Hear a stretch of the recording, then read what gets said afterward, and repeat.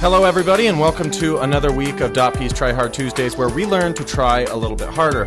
I am your host, the Grand Wazoo, and sitting here with me is a man we have all come to know and love, our very own Flub with two B's. How's it going, Grandmaster? Pretty good, man. Pretty good. Always good to be here. I am glad to have you here as always. I would not have a show without you any week. So having you back is, as always, a very, very welcome sight. Well, it's been an interesting week in Dota, for me at least. I mean, I've played very little, but I spent a stint in low prio. I had 5 games, and I got out of all of them throughout the week because I didn't have much time to play, and I was back in the general populace. And then we had an incident at the studio that made me have to abandon a game, and instantly I was back in low prio. And I was like, it's not fair, it's not fair. you see the light, you're about to get out of the hole, but and it then was you fall okay, all the way man. back down. They planted that shit. That's how I feel. I feel like the abandon was planted, and it's really a reflection of our socio-economic status right now in America. And we're going to turn this into a Dota politics podcast. Let's make Roshan Pitt great again, guys. But anyway, Flub, how has your week been in Dota, man? I imagine you weren't down with the dregs of society like me much.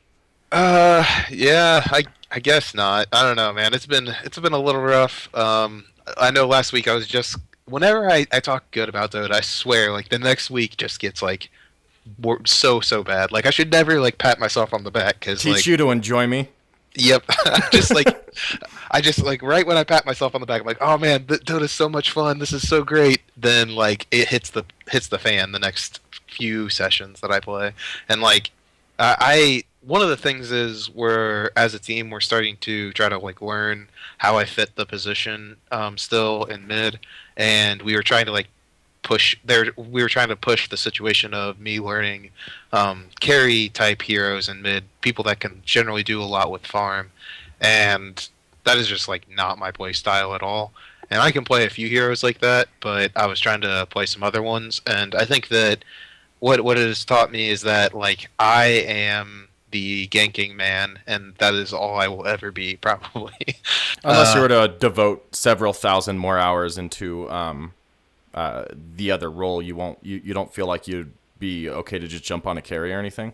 Yeah, I mean, I can carry and stuff, and I can generally be in that position, but I get so antsy, and so I know what needs to be done in a gank, and if I don't see ganks happening correctly, it just puts me that much more on edge. And I mean, I don't get tilted by people yelling things. I get tilted when things go wrong, when I know that there's no possible way that they should have gone wrong. People can attest to this. When I play, I've played games where I've been Pudge, and I hook people up onto, a cliff, and I hook them in just the wrong spot where they, are technically, not on solid terrain, so they get that, movement speed walk where they can just walk over anything.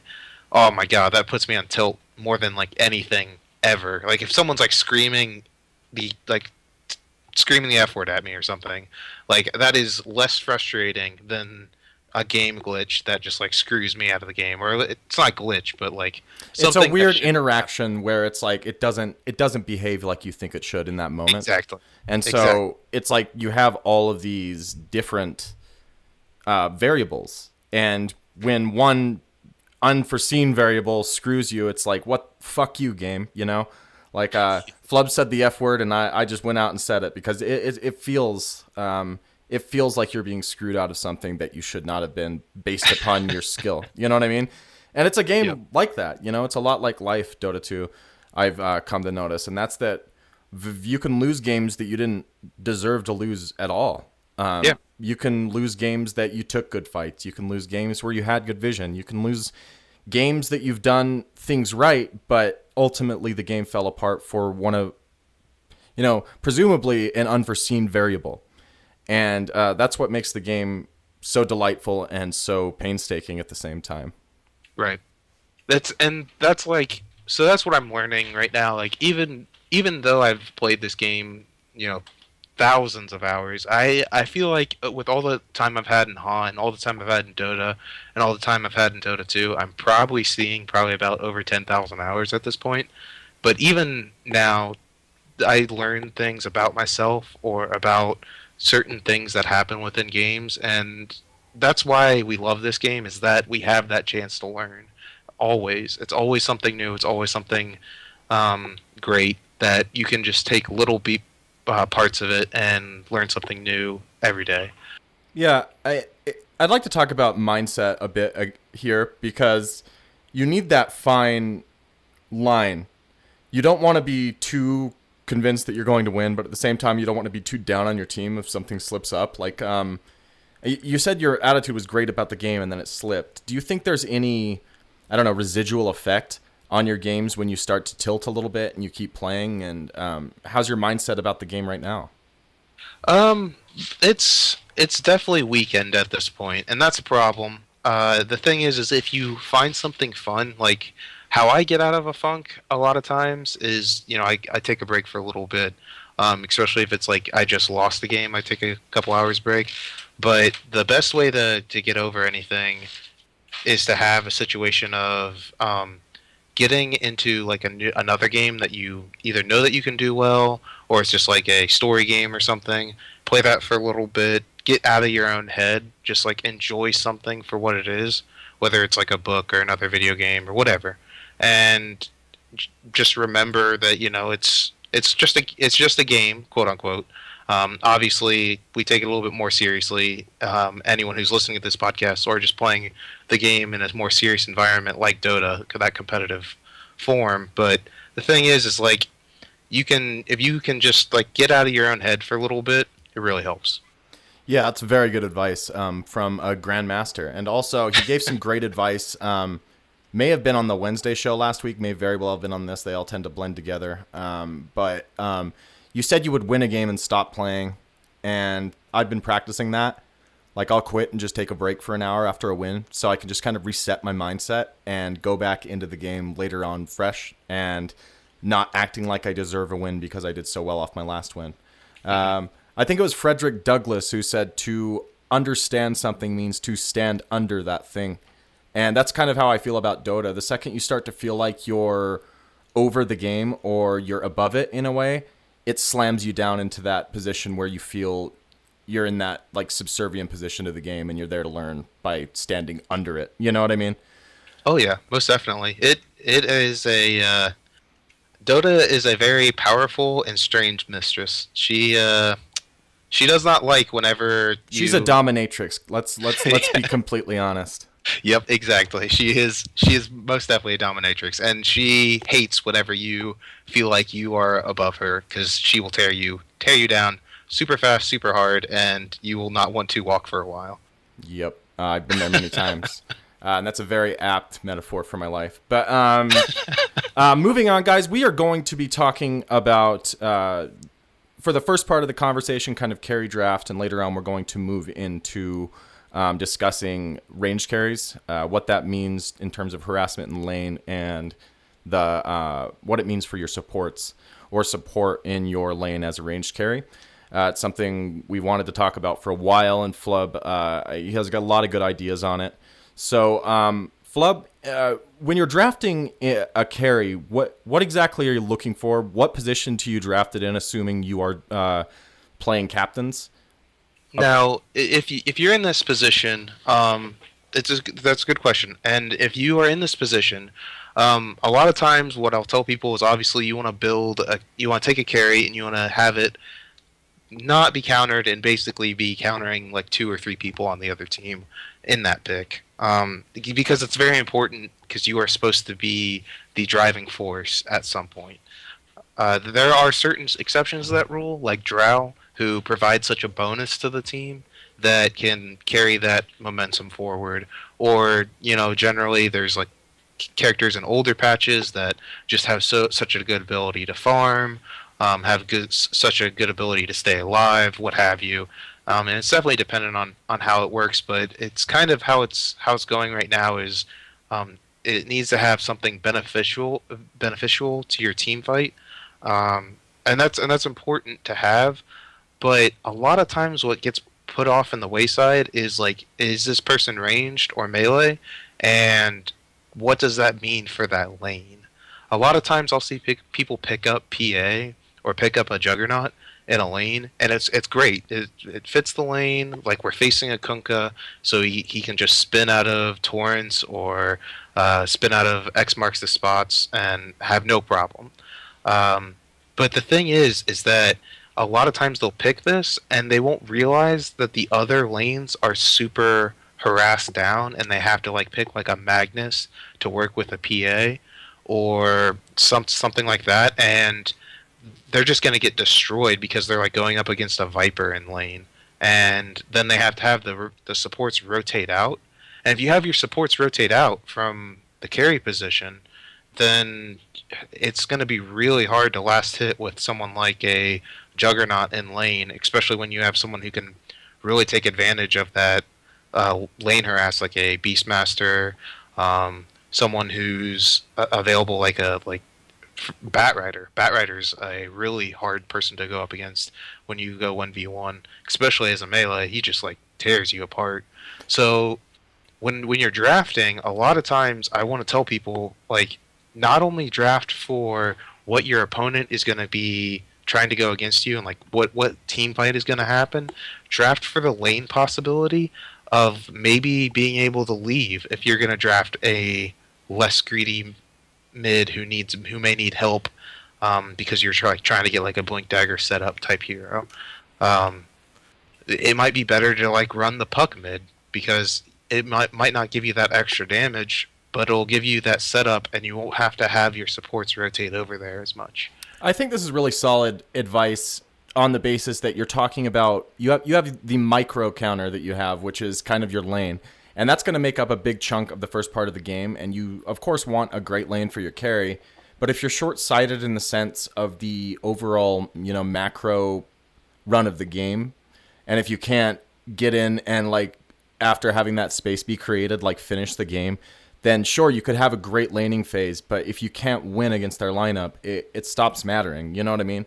And so I think that's solid advice in terms of looking at a draft, that if you select the right heroes against their team, you can switch it around and run lanes that you wouldn't think possible. You've seen this a ton in Pro Dota, maybe less on your pubs. But sometimes a good switch up of running, your off lane and your safe lane against their off lane, and then just running like an aggro try or something in your off lane, it can be very good. And like just those type of like switch ups where you're just countering their lineup better it can win you games. Mm-hmm. Most definitely.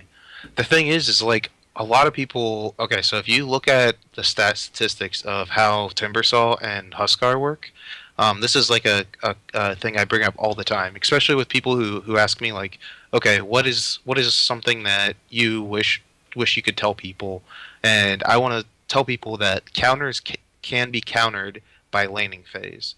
And I mean, you touched on it, Wazoo, but the perfect setup is Timbersaw and Huskar, because if you have a lane that is anywhere Huskar is at, where Timbersaw is not a part of that lane, then he will be able to farm it, and he'll be able to come out of nowhere and do true damage through all of his magic resistance. So he just actually cuts through Huskar in any situation if he has any farm in the game.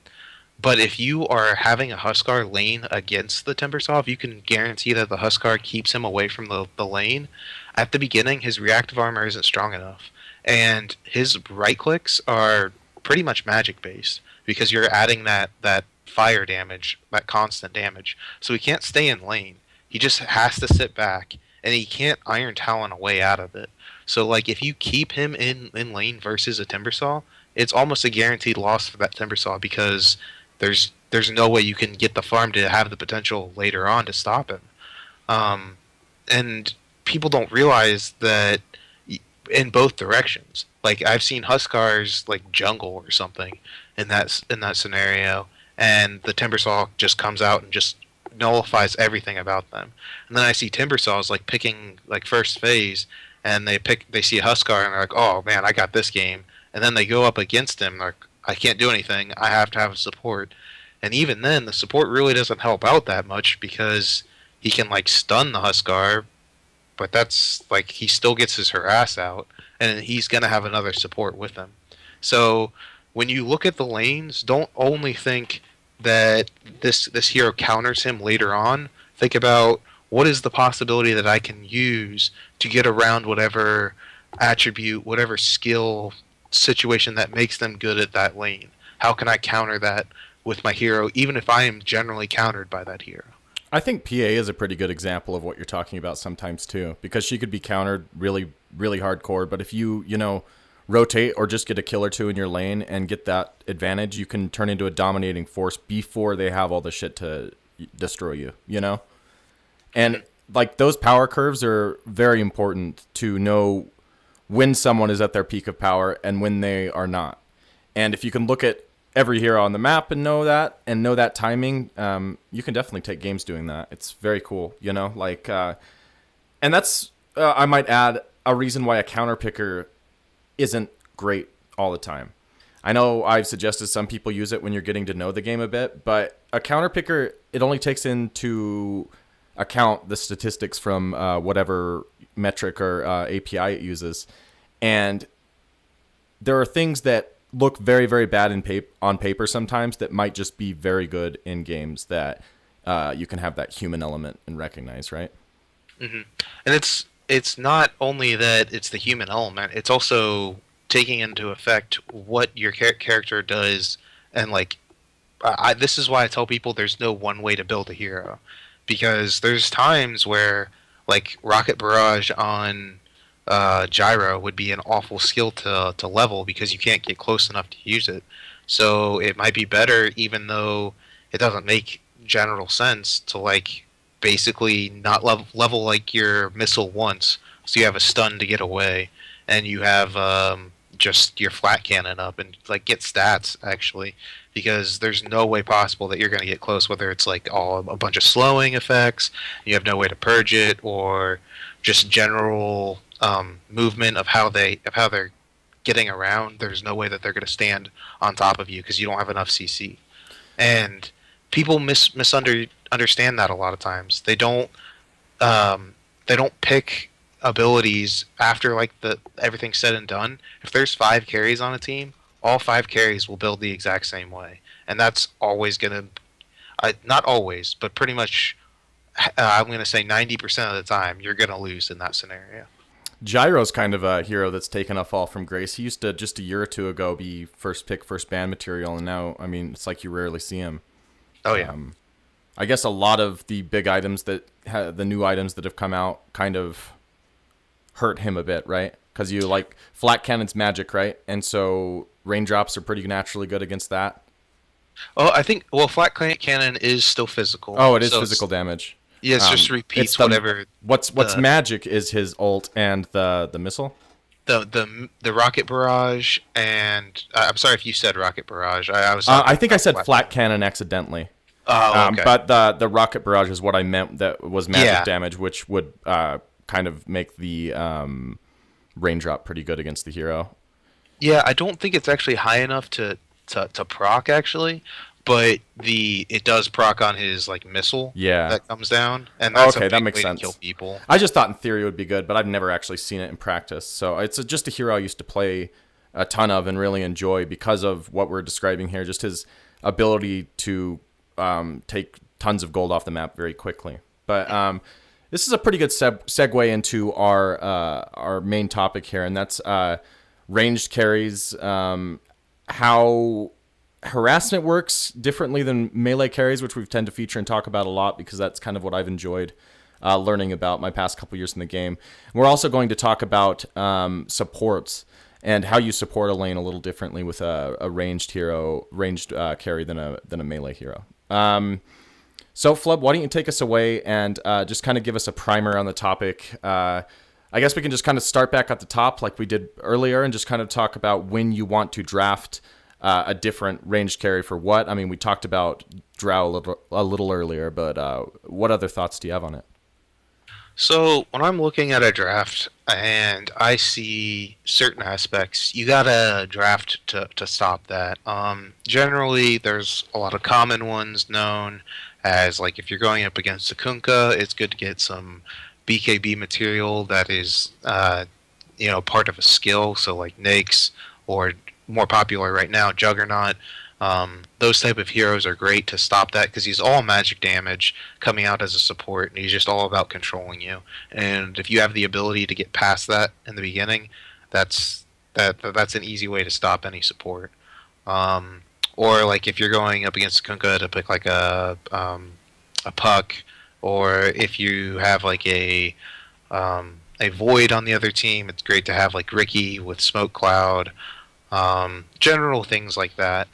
But it's also important to see how the lane works out, and a lot of times people will use their pick like they don't. Okay, we don't have any way to be countered for a Phantom Lancer, and while that may be true, the other two lanes may be not focusing on getting farm and be like melee, and the other whole team goes drow draft and has a bunch of ranged guys. And if they have drow draft and they have like let's say vengeful spirit, or like even like someone that's not in meta like CM, like the harassment that allows them with the drow aura pushes both those people out of their lanes. Like if they're melee, they're not getting stuff. So one, the offlaner will rotate out in that scenario and start to jungle, which is fine. He'll get farm, but then you are guaranteeing that your mid will not have a good game because if I saw that happen as a support player, I'm immediately going to say, okay, well he's leaving the lane, so I'm going to leave our lane because we have a drow and we have the ability to get out of there and go force them out of jungle, or force their mid to like not get any farm. There's the division in skill between you and I right there, because I'm 100% serious. Because there's an act. Every action is a reaction, right? To quote Ember Spirit from the game. And if you don't react to those moments where the offlane starts jungling or whatever, or even just rotate up and take the tower or something, and then like focus on other stuff, then you're not taking full advantage of that tactical necessity to take territory in Dota 2. And you can take their jungle too. I mean, you can ward it up and you can block camps and you can kill the offlaner. And that's a big distinction between our levels of skill. Is people in my skill level, including myself, just kind of shrug it off. And the people in the lane where the guy rotated out, if he rotates out, would just kind of shrug it off as easy lane and type easy in chat. And then, that's it. And then you probably lose or something. But it's very interesting to see like these different reactions you can take when the enemy tries to remain safe that aren't so risky of decisions to make, but they might feel like it sometimes. Yeah, that's the thing is like people generally think that it's risky to rotate, and it is risky to rotate if they are like if they're forcefully TPing in on you, but then if you can get them to TP and not get a kill, like that is, oh my god, it hurts so bad as a support player to be away from the lane at that point, because one, if they are running a PL and he is by himself and you have let's say PL is kind of a good person to go up against because PLs can harass the guy out, or at least try to a little bit. But for some reason, if you're going up against like a puck, like he's gonna do jack to that puck, and puck is just gonna harass him and phase shift whenever he tries to open up on him. So that's the thing is like if you have a situation where you can forcefully push people out, there's a lot that supports can do that it feels like you're not doing anything, but you're really accomplishing more than any other hero in the game because you're screwing up the early game. It's not. I want to say something that like hopefully will catch on. When you're looking at a support player's stats, don't take them too seriously, because if you look at a person's stats, their stats should be what they've made other people's stats in the past. that should be their stats. And it's hard to have that as a stat, but like you should be able to like look at other people's games, and if you saw like, okay, their carry only got 400 gold per minute, which is kind of on the low end nowadays in my opinion for a carry, that is phenomenal. You know, if you can get that dip below 400 on their primary farmer, that is amazing. That is a hell of a feat. And you can't see that with like deaths and kills and things like that. Yeah, if you have like incredible games, then you can do that. But a lot of times it's about getting into the enemy's head and trying to find a way to get around that. And that's how I play, and that's how I'll always play. And that's kind of like how this whole podcast, this session that we're talking about, is that when you get into a game, you gotta know the play style that you're going for.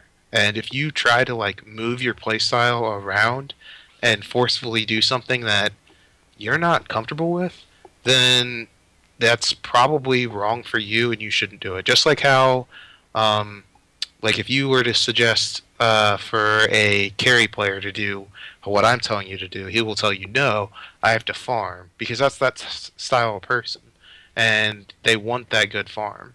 But if you can like take your just take a moment if you're a carry player and think, okay, if I can not play this guy that like completely counteracts their team and can somehow help my team so that I can stay in lane and not worry about it, like playing a gyro, playing a we'll say like Wind Ranger. I know that's a bad example, but playing let's go through the list here. Playing like Weaver, playing Medusa, playing Terrorblade somewhat, playing these heroes that have the ability to like sit back and farm, Viper, Razor, things like that. It adds so much because it lets your team have that comfortability of being able to move. And when your supports are just sitting in lane stacking, yeah, that's great for you. You're going to get your levels up, you're going to get your money up, but then it's all on you. Like, you're preventing them from doing their job. And I got to tell you, as a support player, well, as a former support player, because I am now mid, that is the most frustrating thing in the game, is when someone forces you to help them in every way possible. And like, yeah, that's what supports are supposed to do. They're supposed to help them, but they're also supposed to hurt the enemy. And letting them have free farm is just as bad as helping. Is just as bad as it is good helping your carry get free farm. There's this interesting sub-value topic I'd like to go into for a little bit with supports, and that's that they add a lot of value to the team, but it's not a direct value correlational to the game. I mean, they've done a few changes to make that different. Like now on the scoreboard, you can see the wards that the support bought and stuff, and you can see how much money was spent on support items. But how the enemy is harassed, or the vision you've gotten up that netted in good fights, or rotating and killing someone in the mid or anywhere else, or getting great, D wards or anything else that you can do. Stacking is also a part of that, of course. That isn't something that you can just click your scoreboard and look at immediately.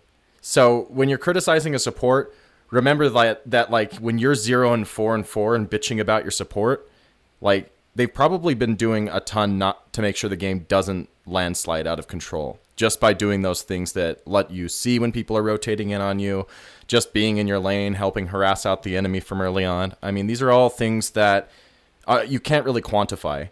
And so to judge someone harshly when you can't quantify it is it's recipe for disaster. Oh, most definitely. And that is a good point, is that a lot of people in Dota, it's not a communication problem. It's not being like an asshole, for lack of a better word. I want to say a prick or something, but that doesn't really do it justice. But the thing is like, if you get into these situations and you're yelling at someone because, or you're saying, oh man, you're not doing your job because X, Y, and Z, it's like, I just want to tell people, it's like, you're not playing a shooter KDA is not like an actual thing. It's like, yeah, it is to a point, but if you have a situation where your support is performing strategical like sacrifices to get up a ward secretively, or to have that potential of getting sight, it matters a lot, and that's what people don't see is that, oh, the CM is 1-7-3. It's like, well, he's also playing CM, and he picked it first, and they picked Slark, and they picked like Batrider, and they picked like all these guys that just eat her alive, And they just like she has boots, windlace, and words. It's like, right. like I see that so much where like people have shit items and they're still buying, not complaining, and still getting flamed by their team for, not being in the game. But that's a problem with applying a general, I guess, just a general metric to every single position, because it means such vastly different things. When I play support and I see I have a really low net worth, even compared to their supports who lost the game, like, I'm happy, because I'm like, I took such little farm from anybody. I'm like level 11 when we end the game, but I'm still like 1-1-14. And that for me on a support is fantastic, right? But with a carry, obviously not. You're going to want that higher KDA because you're getting more of the farm. So just that idea of applying a general metric as a way of judging what you're doing in the game is actually something that very much negatively impacted my view of the game. Because I came from games like Counter-Strike, etc., that, it was very much about the amount of kills you had on the board. And if anyone talks shit, you just say, look at the scoreboard, bruh, and like, that's it. And Dota is very much not that game. And to get out of those habits coming from other games was, it took me a while. But now that I'm there, I see that the support is the exact antithesis of that mindset. And if you can't get into the opposite of that me mindset, then you're not going to be very effective in the position. Yeah, most definitely. But we have gotten a little bit off. I want to give you a way to wrap this up, just this little segment, because I want to move more into the draft on ranged carries just a little bit more. But I'll give you last word on this, and then we'll just move on. No, it's okay. We should move into that. I guess I'll give you first word on this too. So okay. Like it's pretty much you get first, second, and third word on this show, buddy. It's all you, Grandmaster. I appreciate it. Okay. Let's just talk. We've talked a lot about like when you would draft that, but let's talk about harassment and what you can do to kind of stay safe in lane as a ranged hero. Say your supports have rotated out because they want to give you that space. Where's it a good place to have wards? How do you stay safe? What are things you do in such a situation to maximize that potential? So whenever you're leaving lane as a support, I can't stress this enough. There is no reason that you should not have this set up. I actually, there was a while for when I was playing support, I would actually have a ward set up where I didn't actually use my first ward at bottom. I would actually hold on to it all the way until minute 4, because minute 4, that's when the night happens, and when night hits, you have to have wards up in the right spots. You can place it at 3. It's not that big a deal, but around like the 3-4 mark is when you want to put it up. And if you can put it up in lane, where the river like connects to the lane. So like if you're on Dire, where the river connects, like right above it, right past the trees, so that that you can see people teleporting in to take over your safe lane on Dire, or on the opposite side for Radiant, or on either one of the tall like mountains that exists on the tier 1 towers. One on the off-lane Radiant side, and the other one on the off-lane Dire side, both at tier 1. And if you can have those wards up before you rotate, I feel like any problem that happens for your carry at that point, the only reason why he should be ganked is because of a smoke gank. And even then, if you're calling it and you're letting people know when they're off the map, it should still be a little less likely for that person, because they should know when they need to back. Um, Obviously, sometimes mistakes are happen, so don't get too caught up on that. Right, But just because you're generally, running a defensive carry pick or something, like a ranged carry pick that can kind of play that back pocket and get farm, it doesn't mean they're never going to die. You know what I mean? Like, I've noticed that criticism a ton at my skill level. It's like, oh, dude, we have it warded and everything, and like, yeah, but like Invoker got an invis, and there's already two guys in the lane, and then I'm just dead, because we don't see him coming. And right. you got to realize that there's that human element either way, where we can make a mistake as the support, whether not having wards or incorrect pulls or whatever else, bad rotations. But you can also make that mistake on the other side, which is just generally not paying attention and getting caught out. Right.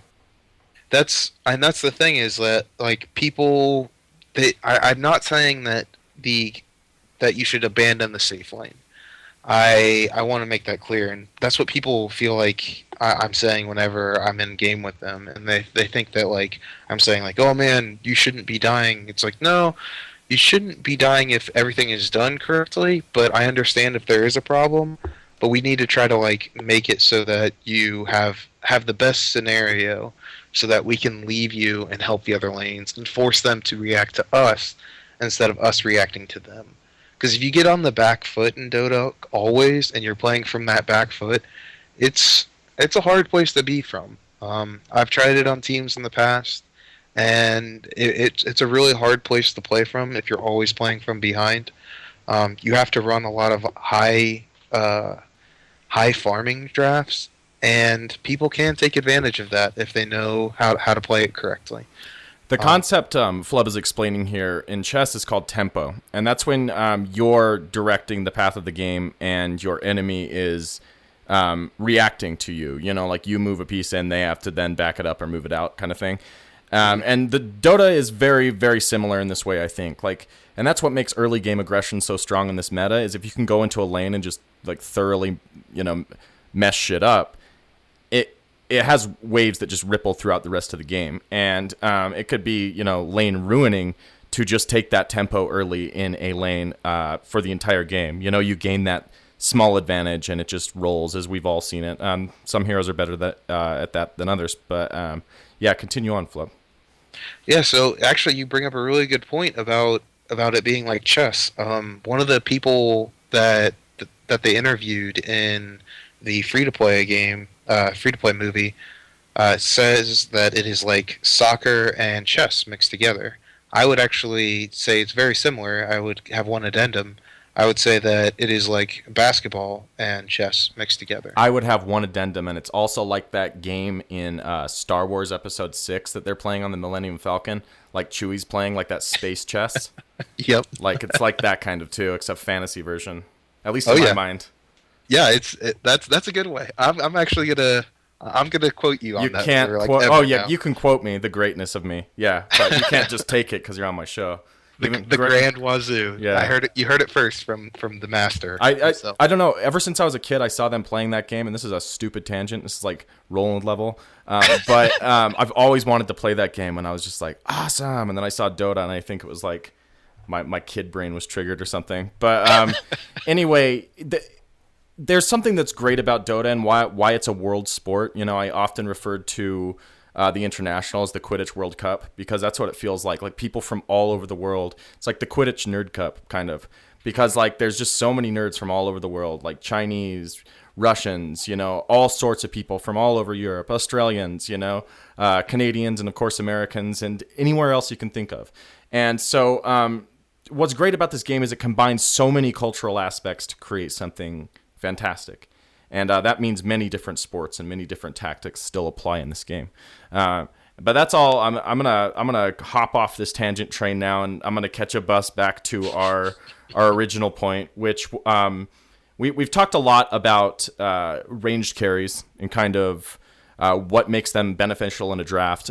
Do you think that's something? It's something that you can certainly play from behind doing, and it's always going to matter depending on the draft, of course, but do you feel like, for instance, with a Drow draft or something, you can play pretty effectively from behind, or do you want to be well ahead?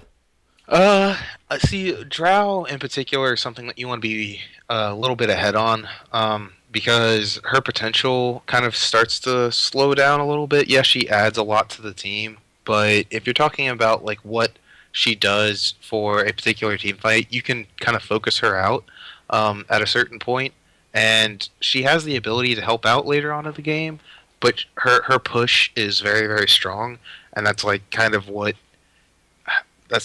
she's designed to do it at a certain point. And if you miss that window, it's a lot harder to have like someone who hits, you know, infinitesimally harder than her on the other team and still have her be able to come out on top. Because you still have to protect her, but she's still not doing like the crazy right click that the other ones are doing. So She just doesn't scale quite as well.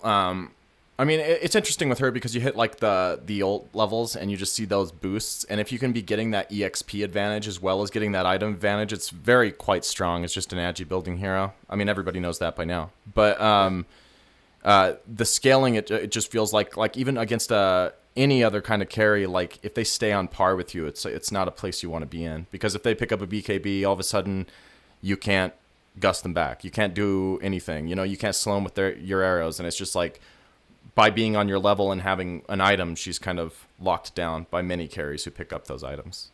Mm-hmm.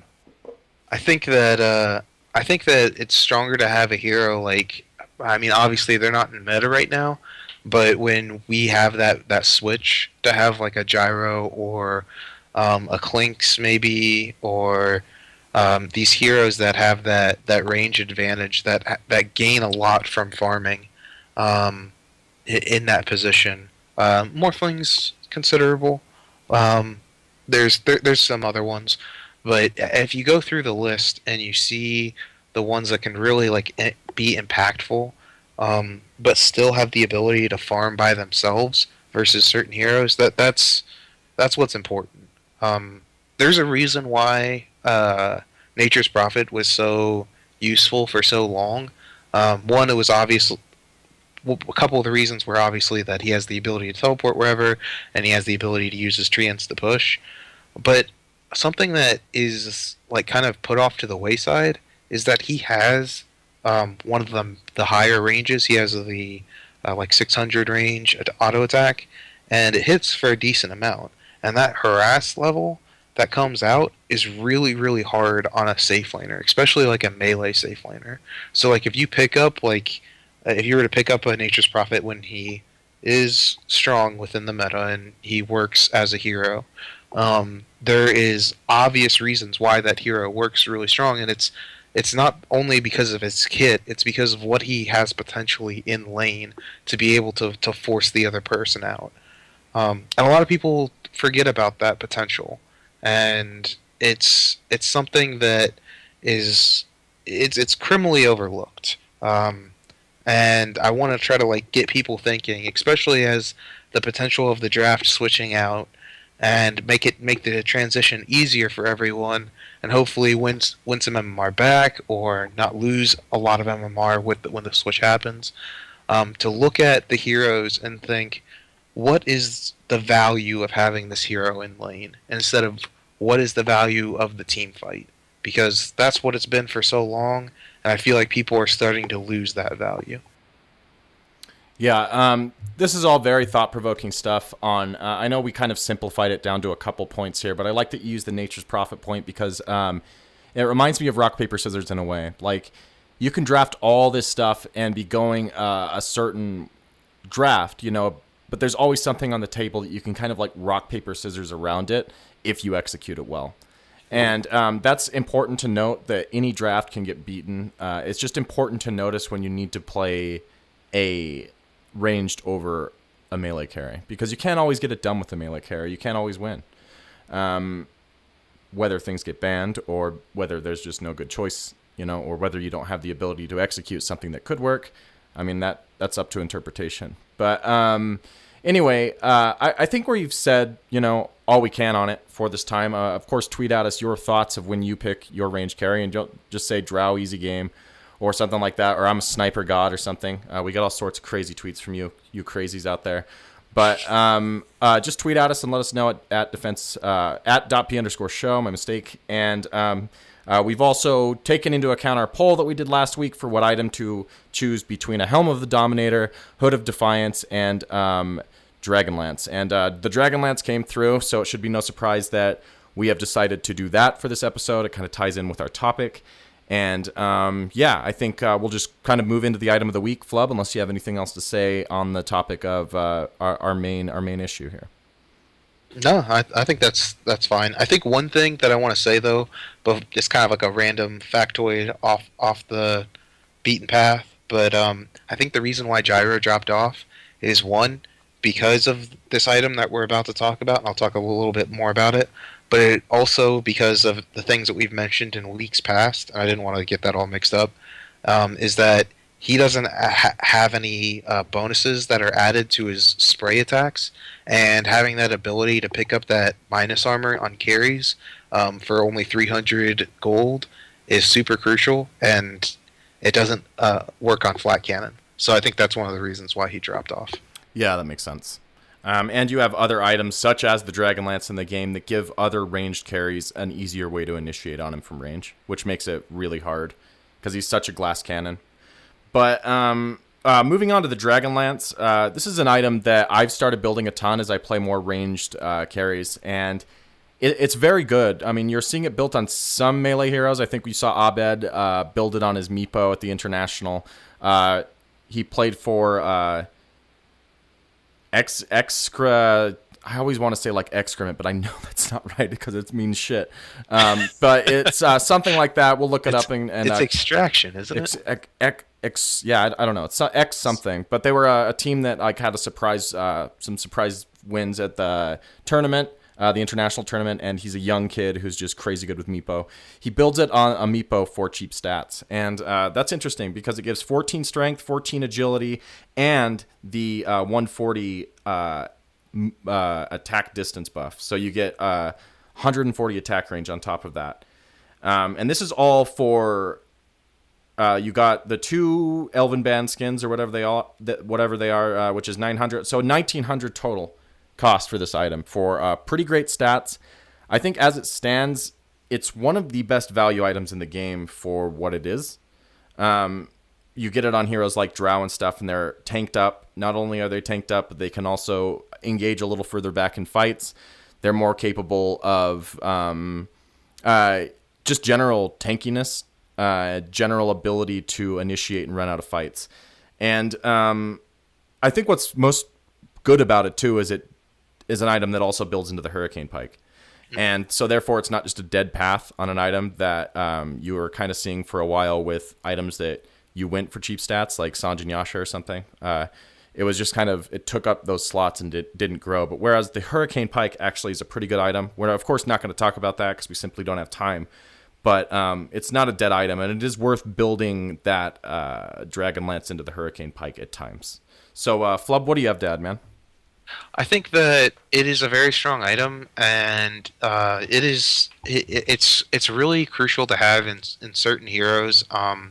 Certain ones that I really appreciate them on are TA, having that extra range to be able to like move around and slide blade correctly is great to have.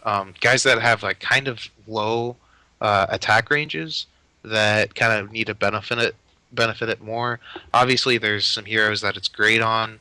That like it's good to have it on the guys that need the range, like Enchantress with Impetus. You know, having that extra attack range means extra damage. So there's stuff like that. There's a lot of common misconceptions, I feel like, with this item, though. For how great it is, there's a lot of people that do a lot of really weird things with it. I know of people trying to build it on like Wind Ranger. I don't think that that's necessarily strong, because if you have that situation, your ultimate is actually at a shorter range than your attack range. Is that? Oh, I got you. That's interesting, because it's a magic ability. Her focus fire, it doesn't give it that bonus, right? Right. It stays at that 600 range, which normally wouldn't affect her because obviously that's her attack range. So it's kind of like a catch-22 type thing. It's like, yeah, it helps you, but not really at the same time.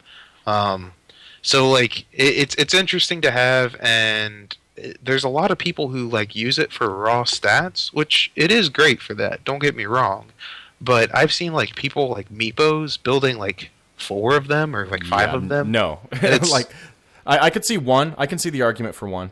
It's is there any item in the game that's a better value stats wise than this? Like, I can't think of one really. I don't really think so. You're getting There's 14 strength and 14 agility too. I mean, like, Mm. and with the attack distance buff, it's just, I don't know. It's very good. But yeah, on the melee heroes, like, I can understand one early on in the game to kind of get you into that position where you can just be a dominating force. But multiples, like, it's just the dividends start to not show so clearly as you build more. The first one is very great. Maybe the second, you could argue. You can make an argument to me, and I'd be like, well, you could probably get something else, but whatever. But past that, it's just, it's too limited. You know what I mean? Yeah, I almost feel like with one, a lot of times people misvalue it because it can only turn into a Hurricane Pike, and Hurricane Pike is great and all, but on certain heroes, it's just like not good to have that. And I see people picking it up sometimes because they want to like make the new crazy item, and I can understand that. I'm one of those people myself that I like to do crazy things, and that seem like to other people that don't make sense. But the thing is like truly think about what that is adding to your character. Like, yeah, it adds a lot of stats, and that is nice. But if you are able to like create that potential to like help your move speed, or give you an ability to disable a stun, or there's so many things that items do, and a lot of times people are using those specific builds for the activatable ability or the passive ability that it gives you, crit or whatever. I feel like yes, stats are important, and stats are something that you should look forward to, but they kind of start dying down as time goes on, because either you like need to like there's certain heroes that you just need to like hit super hard with, like PA. Obviously, you don't build stats with her, and certain ones that you obviously do, like Meepo. But at what cost is this ability for you like to just grab all these stat items that don't really help you, and with the potential of like building into anything useful? It's just odd and not very good, in my opinion. The thing is, though, this item's potential that it has on the heroes that it does work out for, giving them that, like you said, that strength buff, and usually they're agility heroes, so giving them that damage buff and armor buff is great to have. And for the heroes that it's designed to work for, there is pretty much nothing of greater value. And that's why there's no complaints about how good it is how I would argue, because like what you're describing here is exactly how I feel about the item. It's not that good if you build it incorrectly, but if you build it correctly, it works for those heroes that you could kind of just counter out by being able to blink initiate on or something, and they're just dead. You know what I mean?